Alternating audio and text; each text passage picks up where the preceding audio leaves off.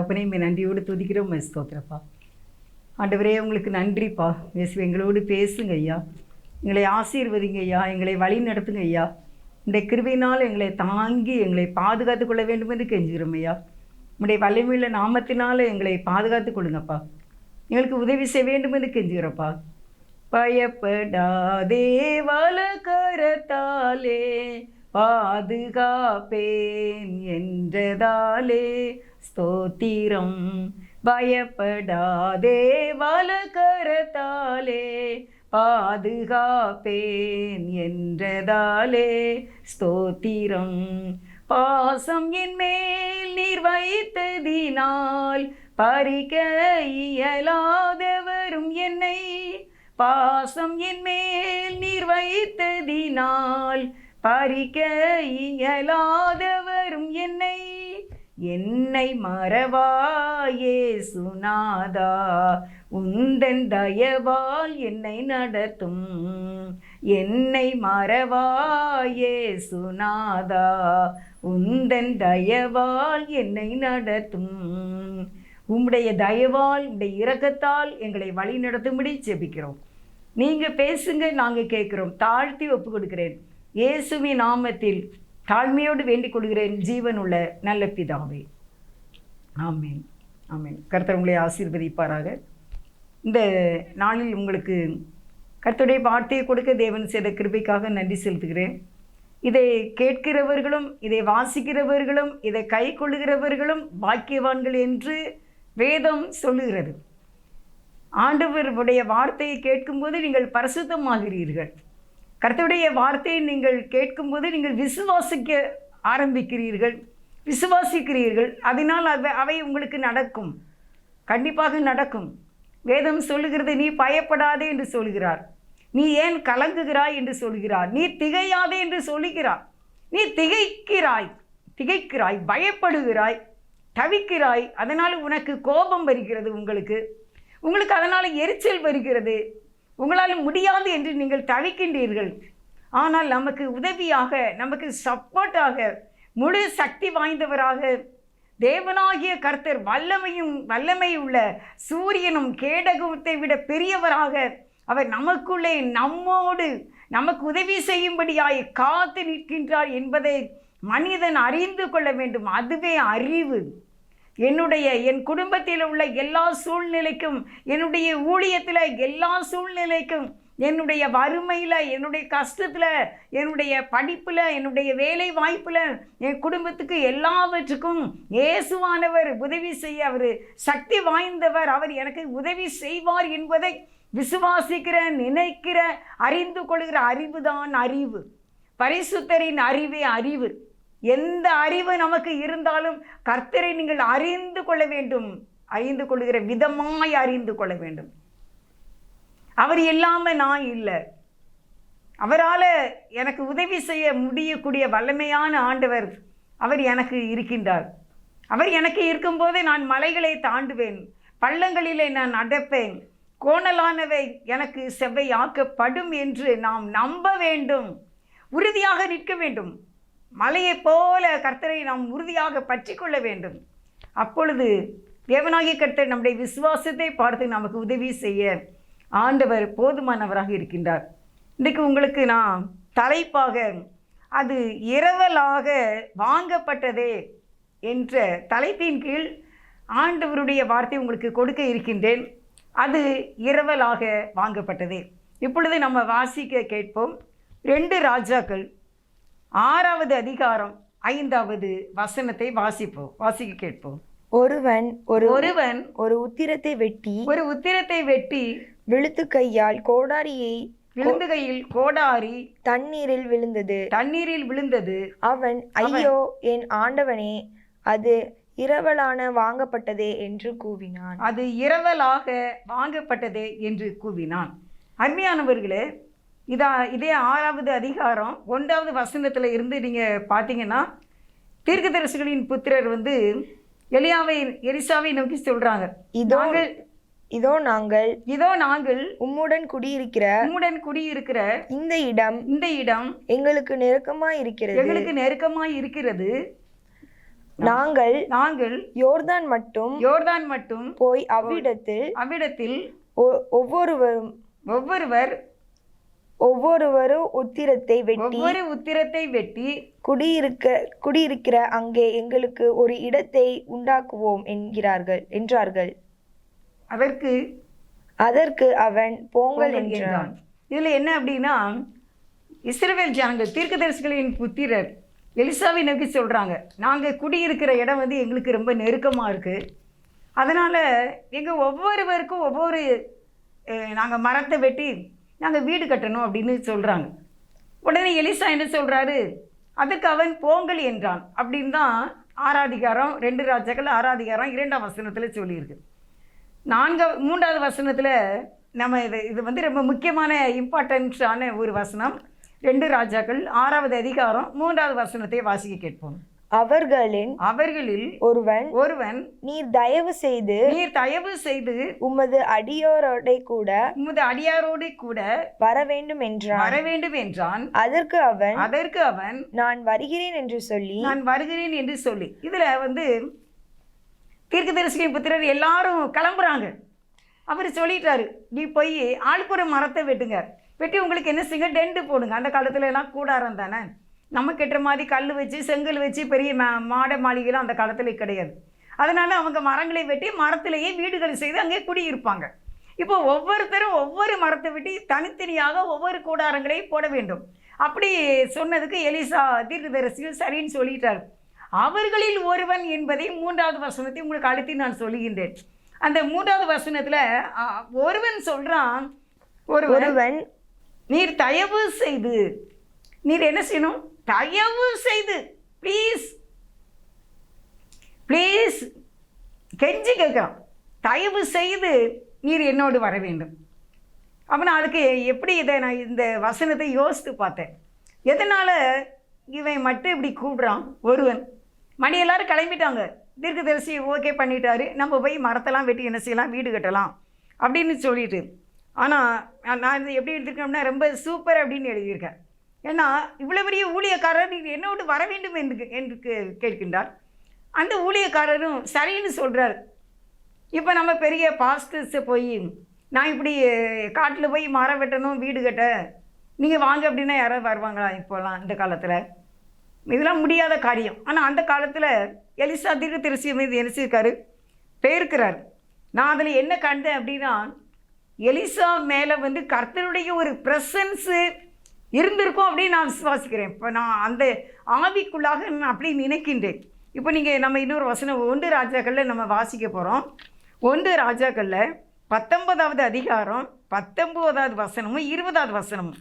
1 ராஜாக்கள் 19 அதிகாரம் வசனம் 19 20. அப்படியே அவன் அவ்விடம் விட்டு புறப்பட்டு போய் 12 ஏர்பூட்டி உழுத சாப்பாத்தின் குமாரனாகிய எலிசாவை கண்டான். அவன் 12ஆம் ஏரை ஓட்டி கொண்டிருந்தான். எலியா அவன் இருக்கும் இடம் மட்டும் போய் அவன் மேல் தன் சால்வை போட்டான். அதாவது எலிசா 12 ஏர் ஓட்டிக்கொண்டு இருக்காங்க. எலிசா 12வது ஏரை ஓட்டிக்கொண்டு இருக்கின்றார். நிலத்தை உழுது கொண்டு இருக்கின்றார்கள். 12வது கடைசி ஏர் தான் எலிசா ஓட்டிக்கிட்டு போகிறார். அப்போ எலியா அந்த பக்கமாக வந்தவர் தன் மேலே இருந்த அந்த சாலை எடுத்து எலிசா மேல் அவர் போடுகின்றார். அதான் நம்ம வாசித்தோம் 19வது வசனத்தில், அவன் மேல் தன் சால்வையை போட்டான். அடுத்து 20வது வசனம் வாசிக்க கேட்போம். அப்பொழுது அவன் மாடுகளை விட்டு எலியாவின் பிறகே ஓடி நான் என் தகப்பனையும் என் தாயையும் முத்தம் செய்ய உத்தரவு கொடும். அதற்கு பின் உம்மை பின்தொடர்வேன் என்றான். அதற்கு அவன் போய் திரும்பி வா, நான் உனக்கு செய்ததை நினைத்துக்கொள் என்றான். அருமையானவர்களே, எலிசா தீர்க்கதரிசி மேலே எலியா வந்து தன்னுடைய சால்வையை போட்டார். ஏர் உழுது கொண்டு இருக்கின்றான். எலிசா உழுது கொண்டு இருக்கும்போது எலியாவுடைய சால் மேலே விழுந்த உடனே தன்னுடைய அந்த மாடுகளையும் அந்த ஏரையும் விட்டு எலியா பின்னால் ஓடுகிறார். ஓடி நான் உங்கள் பின்னால் நான் வாரேன், ஆனால் எங்கள் அம்மாவும் எங்கள் அப்பாவுக்கும் நான் முத்தம் கொடுத்துட்டு என்ன செய்கிறேன், முத்தம் செய்துட்டு எனக்கு உத்தரவு கொடுங்க, நான் அங்கே போய் சொல்லிவிட்டு நான் உங்கள் பின்னால் வந்துடுறேன் அப்படின்னு சொல்கிறார். அதுக்கு எலியா சொன்னார், சரி இப்போ, ஆனால் நான் உனக்கு செய்ததை நினைத்துக்கொள் என்றார். நான் உனக்கு செய்ததை நினைத்துக்கொள், அதை மட்டும் வாசிங்க. நான் உனக்கு செய்ததை மட்டும் நினைத்துக்கொள்ங்கிறத வாசிங்க. நான் உனக்கு செய்ததை நினைத்துக்கொள் என்றான். நான் உனக்கு செய்ததை நினைத்துக்கொள். என்ன செய்தார் இவர்? எலியா தீர்க்கதரிசி தன் மேல் இருந்த சால்வையை அந்த எலிசா மேல் போட்டார். 2 விசை எலியா மேல் இருந்த சால்வை 2 விசை எலிசாவின் மேல் விழுகின்றது. 2 விசை விழுகின்றது. அதனால தான் இந்த 1 ராஜாக்கள் 19வது அதிகாரத்தில் நான் அந்த வசனத்தை நான் உங்களுக்கு சொன்னேன். இப்போ நீங்கள் பார்த்தீங்கன்னா, நீங்கள் 2 ராஜாக்களுக்கு வாங்க. 2 ராஜாக்கள் 2வது அதிகாரம் 9வது வசனத்தை நம்ம வாசிப்போம். 2 ராஜாக்கள் 2வது அதிகாரம் 9. அவர்கள் அக்கறைப்பட்ட பின்பு எலியா எலிசாவை நோக்கி, நான் உன்னை விட்டு எடுத்துக்கொள்ளப்படும் முன்னே நான் உனக்கு செய்வேண்டியது என்ன கேள் என்றான். அதற்கு எலிசா, உம்மிடத்தில் உள்ள ஆவியின் வரம் எனக்கு ரெட்டிப்பாய் கிடைக்கும்படி வேண்டுகிறேன் என்றான். எலியா எடுத்துக்கொள்ளப்பட போகின்றார் அக்கினி ரதத்தில். இப்போ எலிசாவும் பின்னாலே போய்கொண்டே இருக்கின்றார். அவர் திருப்பி வந்துட்டார். இப்போ எலியா பின்னால் போய்கொண்டே இருக்கார். அப்போ அவர் கேட்காரு, என் பின்னாலே நீ வந்துக்கிட்டு இருக்கே, உனக்கு என்னதாட்டு வேணுமா அப்படின்னு கேட்கும்போது அவர் சொல்கிறாரு. அதுக்கு 10வது வசனத்தை உங்களுக்கு நான் வாசிக்கிறேன். 2 ராஜாக்கள் 2வது அதிகாரம் 10வது வசனம். அதற்கு அவன் அரிதான காரியத்தை கேட்டாய். உன்னை விட்டு நான் எடுத்துக்கொள்ளப்படுகையில் என்னை நீ கண்டால் உனக்கு கிடைக்கும், இல்லாவிட்டால் கிடையாது என்றான். இவர் என்ன கேட்டாரு? உம்முடைய ஆவியினுடைய அந்த ரெட்டிப்பான வரம் எனக்கு வேண்டும் என்று கேட்டார். அதுக்கு எலியா என்ன சொன்னார்னா, நான் எடுத்துக்கொள்ளப்படுகை, நான் அக்கினி ரதத்தில் நான் போக போகிறேன், அந்த நேரம் நீ என்னை பார்த்தீன்னா உனக்கு அது கிடச்சிக்கணும் அப்படின்னு சொல்கிறார். அதே மாதிரி அந்த 2 ராஜாக்கள் 2வது அதிகாரம் 11வது வசனம் வாசிக்க நம்ம கேட்போம். 11வது வசனம். அவர்கள் பேசிக்கொண்டு நடந்து போகையில் இதோ அக்கினி ரதமும் அக்கினி குதிரைகளும் அவர்கள் நடுவாக வந்து இருவரையும் பிரித்தது. எலியா சுழல் காற்றிலே பரலோகத்திற்கு ஏறி போனான். அதை எலிசா கண்டு, என் தகப்பனே, இஸ்ரவேலுக்கு ரதமும் குதிரை வீரமாய் இருந்தவரே என்று புலம்பினான். அவனை அப்புறம் காணாமல் தன் வஸ்திரத்தை பிடித்து 2 துண்டாக கிழித்தான். பின்பு அவன் எலியாவின் மேலிருந்து கீழே விழுந்த சால்வையை எடுத்து திரும்பி போய் யோர்தானின் கரையிலே நின்றான். இப்போ சால்வை, இவர் மேலே போகிறார். நீ என்னை பார்க்கும்போது நான் மேலே போகிறதை நீ பார்த்தியானால் உனக்கு எனக்குள்ளே இருக்கிற நான் 7 அற்புதங்களை செய்திருக்கிறேன், உனக்கு ரெட்டிப்பான நன்மை வேண்டுமென்றால் நீ 14 அற்புதங்களை செய்வாய், நான் எடுத்துக்கொள்ளப்படும்போது நீ பார்த்தால் கிடைக்கும். அப்போ எலியா பரலோகத்துக்கு சுழல் காற்றிலே அக்கினி ரதத்தில் ஏறி போகின்றார். அவர் ஏறி போகும்போது அவர் மேலிருந்த சால்வை இப்பொழுது கீழே விழுகின்றது. இந்த விழுந்ததை எலிசா ஓடிப்போய் எடுத்துக்கொண்டு தன்னுடைய கையிலே வைத்து கொண்டார். அருமையானவர்களே, 2 விசை எலிசாவின் மேல் சால்வை விழுகின்றது. அதனால் இந்த மரங்களை விட்டு போனவரில் ஒருத்தன், நீர் என் கூட வரணும்னு கேட்டது இதுதான் காரணம். எலியாவின் மேலே அதிசயத்தின் வல்லமை இருக்கின்றது என்பதை கண்டார். இவர் ஒரு புனிதராக செயின்டாக அவர் பார்க்கின்றார்.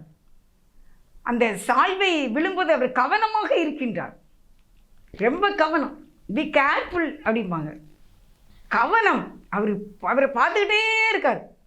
இவர் போய்கொண்டே இருக்கின்றார். அது மிச்ச தூரமாக இருந்திருக்கலாம், ஆனாலும் போய்கொண்டே இருக்கின்றார். கவனம்.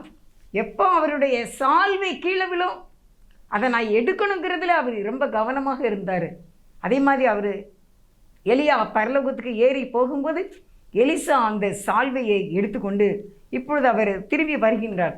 அதனால் இந்த இப்போ நம்ம 2 ராஜாக்கள் 6வது அதிகாரத்தில் நீங்கள் பார்த்தீங்கன்னா அவன் அதை தான் நினைக்கிறான்.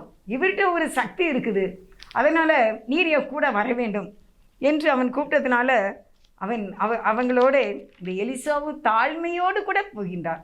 எனக்கு அது ரொம்ப டச்சிங்காக இருந்துச்சு. மரவெட்ட போகிற ஒருத்தன் கூட இவ்வளோ பெரிதான தீர்க்கதரிசி 14 அற்புதங்களை வல்லமையாக செய்த அந்த எலிசா அவரோடு கூட அவன் போகின்றான். 2 ராஜாக்கள் 6வது அதிகாரம் 5வது வசனத்தை வாசிப்போம். ஒருவன் ஒரு உத்திரத்தை வெட்டி விழுத்துகையில் கோடாரி தண்ணீரில் விழுந்தது. அவன், ஐயோ என் ஆண்டவனே, அது இரவலாக வாங்கப்பட்டதே என்று கூவினான். இப்ப மரத்தை வெட்டி கொண்டு இருக்காங்க. 4வது வசனம் வாசிங்க. அவர்களோட கூட போனான். அவர்கள் யோர்தான் நதி அருகே வந்தபோது மரங்களை வெட்டினார்கள். அவர்கள் யோர்தான் நதி அருகே போகும்போது அங்கே மரங்களை வெட்டுகிறார்கள். நிறைய மரங்கள் இருக்கு. அதுல ஒருவன் ஒரு உத்திரத்தை, அதான் 5வது வசனம், ஒருவன் ஒரு உத்திரத்தை வெட்டி வீழ்த்துகையில் கோடரி தண்ணீரில் விழுந்தது. அவன், ஐயோ என் ஆண்டவனே, அது இரவலாக வாங்கப்பட்டது என்று கூவினான், சத்தம் போடுறான். நான் இந்த செய்தியினுடைய சாராம்சத்தை இப்பொழுது உங்களுக்கு நான் அறிவிக்க இருக்கின்றேன். என்ன அப்படின்னா, நான் கடனாக வாங்கிட்டு வந்தேன், இப்போ அது தண்ணிக்குள்ளே விழுந்துட்டு, அதனால் எனக்கு மனசுக்கு கஷ்டமாக இருக்குது என்று அவன் கூவினான். அப்படின்னா சத்தம் போட்டான். மரத்தை வெட்டுறதுக்கு அவனுக்கு ஒரு கோடரி இல்லை. அதனால் அவன் என்ன செய்தான், ஆமாம், பக்கத்தில் கடனாக அவன் அதை வாங்கி கொண்டு வருகின்றான். இப்போ அதை நம்ம திருப்பி கொடுக்கணும். கோடாரி வாங்கிட்டு வந்துட்டேன். இப்போ இந்த கோடாரி என்ன செய்துட்டுனா, அந்த கோடாரின்னா உங்களுக்கு தெரியுமா, அது இரும்பில் செய்த பெரிய ஒரு அப்படி கொத்தி எடுக்கிற மாதிரி இருக்கும். அது மரத்தில் ஜாயின் பண்ணியிருப்பாங்க. அந்த இரும்பு என்ன செய்துட்டு இப்போ தண்ணிக்குள்ளே நதி அருகே வெட்டினதுனால இப்போ அது தண்ணிக்குள்ளே நதிக்குள்ளே அது விழுந்து விட்டது. இப்போ அவன், எனக்கு அது வேணும், இது எப்படி எடுக்க முடியும், தண்ணிக்குள்ளே இவ்வளோ பெரிய ஒரு சின்ன ஒரு கோடரி உள்ளே விழுந்துட்ட, நான் இதை கடனாக வாங்கிட்டேன்னா நான் திருப்பி கொடுக்க வேண்டுமே என்று சொல்லி அவன் மிக கதறுகின்றான். அருமையானவர்களே, ஒருவேளை இந்த நாட்களிலே நாமும் கடனாக வாங்கினது நம்ம செலுத்த வேண்டுமே, அதற்காக நம்ம கர்த்தரை நோக்கி கூப்பிட வேண்டும் என்றதான அந்த மெசேஜை தான் உங்களுக்கு நான் இப்போ சொல்லிக்கிட்டு இருக்கேன். கடனாக வாங்கினதை கொடுக்க வேண்டும் என்ற ஒரு கூவல் நமக்கு இருக்க வேண்டும், அந்த சத்தம் நமக்கு இருக்க வேண்டும், அந்த ஆதங்கம் நமக்கு இருக்க வேண்டும். நம்ம பிறரிடம் கடனாக வாங்கியதை திருப்பி கொடுப்பதற்குரிய மனம் நமக்கு வேண்டும், அதிலே தீவிரமாக செயல்பட வேண்டும் என்று கர்த்தர் விரும்புகிறார். அதனால தான் இந்த கோடரி தண்ணிக்குள்ளே விழுந்ததை அவன் அவ்வளவு சத்தமாக கூவுகின்றான், திருப்பி அது கிடைக்கிறது, அவன் சந்தோஷப்படுகின்றான் என்பதை வேதம் நமக்கு எடுத்து காட்டி கொண்டு இருக்கின்றது. சரி, தண்ணிக்குள்ளே விழுந்துட்டுப்பா, நான் எல்லாரையும் மாதிரி தான் நானும் மரத்தை வெட்டினேன், அது என் கையை விட்டு எப்படியோ தவறி விழுந்துட்டு, அதனால் நான் என்ன செய்ய அப்படின்னு சொல்லி ஒரு சாக்கு போக்கு சொல்லக்கூடிய மனிதன் அல்ல. அந்த 2 ராஜாக்கள் 6வது அதிகாரத்தில் நம்ம பார்த்த 5வது வசனத்தில் பார்த்தவன் அப்படிப்பட்டவன் அல்ல. ஒருவேளை அவன், நான் நினைக்கிறேன், அவன் ரொம்ப பேதையாக இருப்பானோ, இப்போ ஏழையாக இருப்பானோ, அவன் மிக எளியவனாக இருப்பானோ, அதனால் ஒரு கோடரி கூட அவனுக்கு இல்லையே, ஆனால் அவன் தன்னை தாழ்த்துக்கின்றான். நான் திருப்பி கொடுக்கணுங்கிற அக்கறை அவனுக்கு இருக்குது, அசால்ட்டா இல்லை. அதனால் அவன் எனக்கு வேணுமே என்று பதறுகின்றான். உடனே அதை எலியா தீர்க்கதரிசி அதை பார்க்கின்றார். உடனே நீங்கள் 2 ராஜாக்கள் 6வது அதிகாரம் 6வது வசனத்தை வாசிங்க. தேவனுடைய மனுஷன் அது எங்கே விழுந்தது என்று கேட்டான். அவன் அந்த இடத்தை காண்பித்த போது ஒரு கொம்பை வெட்டி அதை அங்கே எரிந்து அந்த இரும்பை மிதக்க பண்ணி அதை எடுத்துக்கொள் என்றான். அப்படியே அவன் தன் கையை நீட்டி அதை எடுத்துக்கொண்டான். அல்லேலூயா, அல்லேலூயா.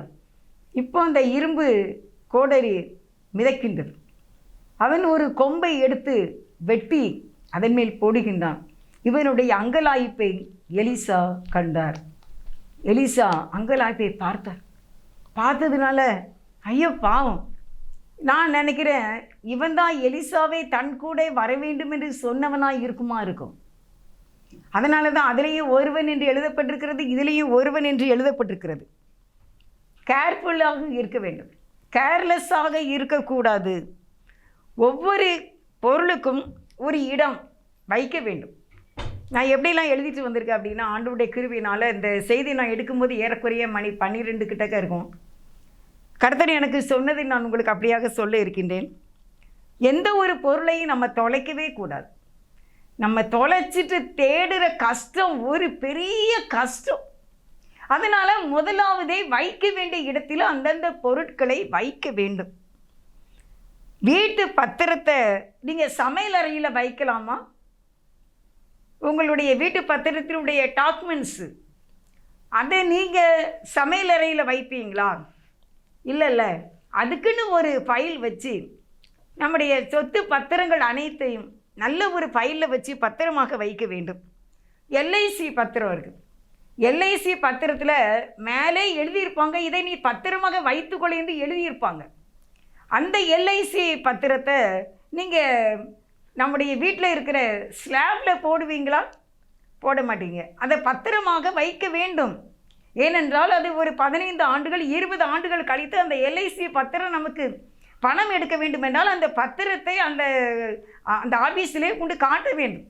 நீங்கள் அசால்ட்டாக எங்கேயாவது கொண்டு போட்டிங்கன்னா அந்த குறிப்பிட்ட தேதி வரும் பொழுது எப்படி நீங்கள் அங்கே போய் நீங்கள் நிற்பீர்கள்?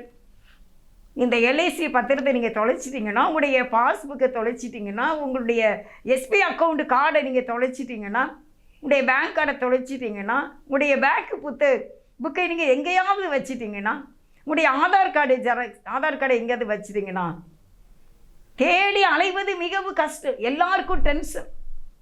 அதனால் அந்தந்த பொருளை அந்தந்த இடத்துல வைக்க வேண்டும்.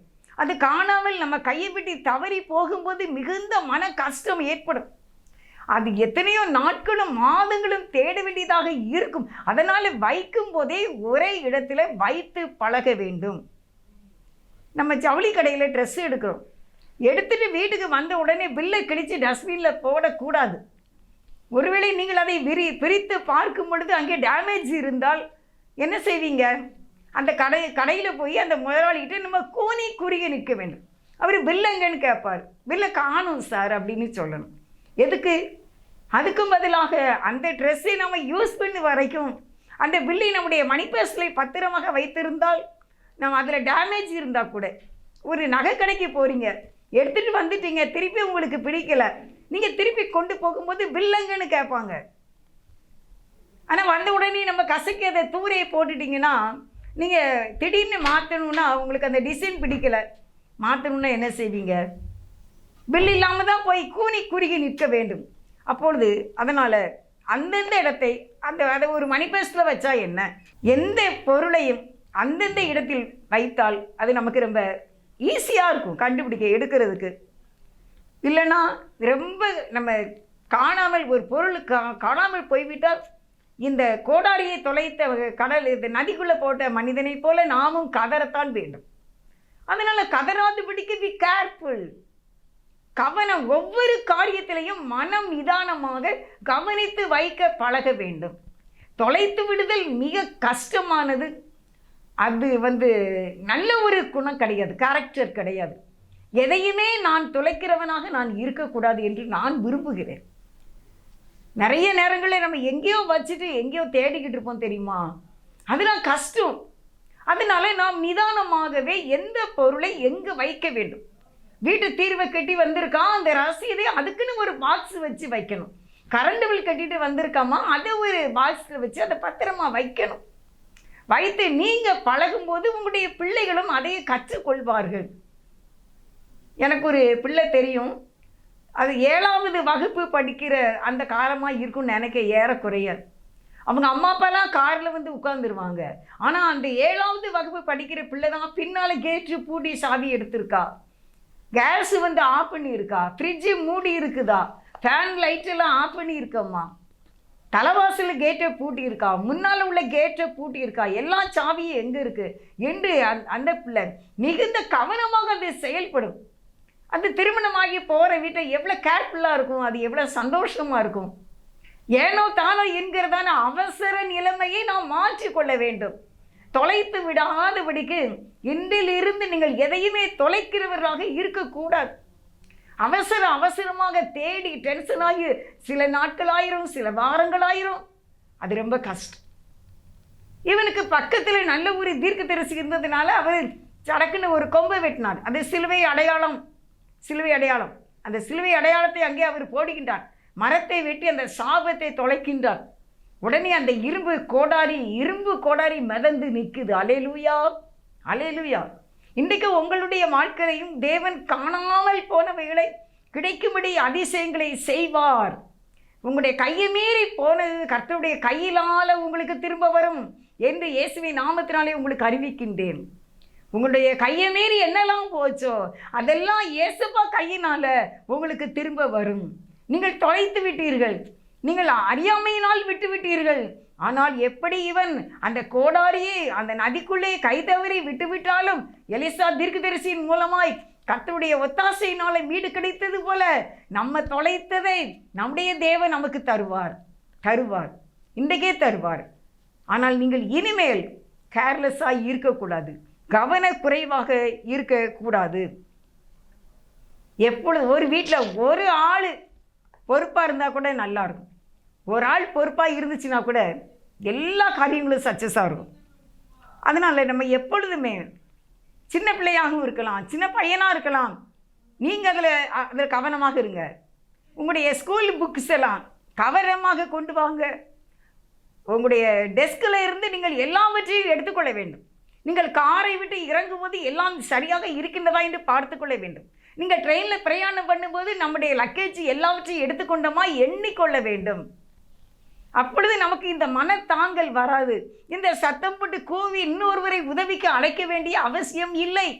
ஒரு கைக்குட்டைக்கு கூட நம்ம என்ன செய்கிறோம், தேடி அலைகிறோம். எத்தனை கைக்குட்டை இருந்தாலும் அவசரத்துக்கு ஒரு கைக்குட்டை இருக்காது. ஏன் தெரியுமா? அதை துவைச்சி எடுத்து வைக்க வேண்டிய இடத்துல வைக்கிறது இல்லை. அந்தந்த இடத்துல வச்சாச்சுன்னா நம்ம தேவையான போது அதிலே நம்ம ஈஸியாக எடுத்துக்கிடலாம். நமக்கு மன கஷ்டம் வராது. அப்படி இருக்க பழகுங்கள் என்று உங்களுக்கு நான் சொல்லுகின்றேன். ஒரு இருதயத்தில் ஒரு அலை மோதுகிற, அலசடிப்படுகிற, சத்தம் போடுகிற காரியம் இல்லாமல் இருக்க வேண்டுமானால், இப்போ செல்லுனா நம்ம ஈஸியாக கண்டுபிடிச்சிக்கிடலாம். செல்லை எங்கேயோ வச்சுட்டோம், இன்னொரு செல் மூலமாக எடுத்துக்கிடலாம். ஆனால் ஒரு ஸ்பீக்கரை எப்படி எடுப்பீங்க? சார்ஜர் எப்படி எடுப்பீங்க? பணத்தை எங்கேயோ வச்சுட்டீங்க, அதை எப்படி எடுப்பீங்க? அதுக்கெல்லாம் அந்த மாதிரி ரிமோட்டு இல்லைல்ல. கார் சாவி எங்கே வைக்கணுமோ அங்கே தான் வைக்கணும். வீட்டு சாவி எங்கே வைக்கணுமோ அங்கே தான் வைக்க வேண்டும். புதிய ட்ரெஸ் எடுத்துகிட்டு வந்தால் அது எங்கே வைக்கணுமோ அங்கே வைக்க வேண்டும். பழையதோடு கூட புதியதையும் சேர்த்து வைக்கக்கூடாது. தனித்தனியாக வைத்து பழகக்கூடிய குணம் நமக்கு இருக்க வேண்டும். டிவி ஆஃப் பண்ணியிருக்கா, வெளியே போகும்போது கேஸ் ஆஃப் பண்ணியிருக்கா, எல்லாவற்றையும் சரியாக பார்க்க வேண்டும். ஐனிங் கொடுக்கமா, கரெக்டாக பார்க்க வேண்டும். எல்லாம் இல்லாட்டா நம்ம கத்த தான் வேணும். அதனால் கத்தாமல் இருக்கிறதுக்கு நாம் எல்லாவற்றையும் ஒழுங்கு கிரமமாக செய்ய ஆண்டவர் நமக்கு உதவி செய்வார். ஆனால் இவனுக்கு அந்த காணாமல் போனது கிடைத்து கொண்டது. அந்த 2 ராஜாக்கள் 6வது அதிகாரம் 7வது வசனத்தை இன்னொரு நேரம் வாசிக்க. அதை எடுத்துக்கொள் என்றான். அதை எடுத்துக்கொள் என்றான். அப்படியே அவன் தன் கையை நீட்டி அதை எடுத்துக்கொண்டான். 2 ராஜாக்கள் 6வது அதிகாரம் 6ஐயும் நான் உங்களுக்கு வாசிக்காங்க. இப்போ கேளுங்க. தேவனுடைய மனுஷன் அது எங்கே விழுந்தது என்று கேட்டான். அவன் அந்த இடத்தை காண்பித்த போது ஒரு கொம்பை வெட்டி அதை அங்கே எரிந்து அந்த இரும்பை மிதக்க பண்ணி அதை எடுத்துக்கொள் என்றான். அப்படியே அவன் தன் கையை நீட்டி அதை எடுத்துக்கொண்டான். அல்லேலூயா. இப்போ இரும்பு மறந்துட்டு பரிசுத்த ஆவியானவருடைய உதவியினால, எலிசா தீர்க்கதரிசி அவருடைய அதிசயத்தினால, வல்லமையினால அந்த இரும்பை தன் கையை அப்படியே மிதக்குது. அவன் தன் கையை நீட்டி அதை எடுத்துக்கொண்டான். சந்தோஷமாக போயிருப்பான். சந்தோஷமாக மரங்களை வெட்டி அவர்கள் வீடு கட்டியிருப்பார்கள். அல்லேலூயா. அல்லேலூயா. அருமையானவர்களே, இன்றைக்கும் நம்ம கூட எதையும் நம்ம தொலைச்சிட்டோம், எதையும் நம்ம கையை மீறி போயிட்டா அதை கர்த்தர் இன்றைக்கு நமக்கு தருவதற்கு அவர் வல்லமையுள்ள தேவனாக இருக்கின்றார். இப்பொழுது நம்ம ஜெபம் செய்வோம். கர்த்தரை ஸ்தோத்திரிப்போம். ஆண்டவரே, எங்களை விட்டு காணாமல் போனது எங்களுக்கு கிடைக்க வேண்டும். அது எங்களுக்கு கண்டிப்பாக ஒருவேளை அது கடனாக இருக்கலாம். அந்த கடனை நாங்கள் திருப்பி கொடுத்து விட வேண்டும். நீர் வானத்தை திறந்து எங்களை ஆசீர்வதியும். நாங்கள் நெருக்கத்தில் இருக்கிறோம், எங்களை நீர் விடுவிக்க வேண்டும்.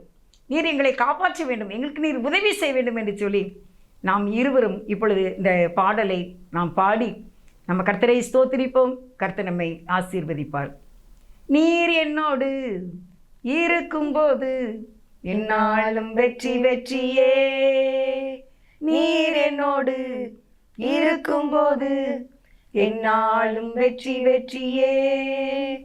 தோல்வி எனக்கில்லையே, நான் தோற்று போவதில்லையே. தோல்வி எனக்கில்லையே, நான் தோற்று போவதில்லையே. நீர் என்னோடு இருக்கும்போது என்னாலும் வெற்றி வெற்றியே. மலைகளை தாண்டிடுவேன், கடும் பள்ளங்களை கடந்திடுவேன்.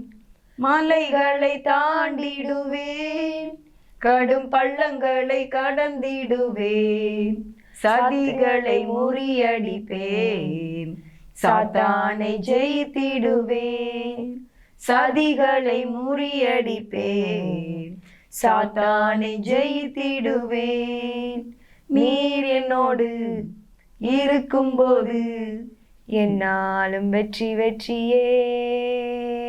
நீர் என்னோடு இருக்கும்போது என்னாலும் வெற்றி வெற்றியே. ஆமென் ஆண்டவரே, நீர் எங்களோடு இருக்கும்போது என்னாலும் வெற்றி தான். எங்கள் பரிசுத்த ஆவியானவரே, நீர் எங்களோடு இருக்கிறதுனால நாங்கள் தொலைந்து போனதை எங்களுக்கு கிடைக்க செய்திருளும். எங்கள் கையை மீறி காணாமல் போனதை எங்களுக்கு கிடைக்க பண்ணியருளும்.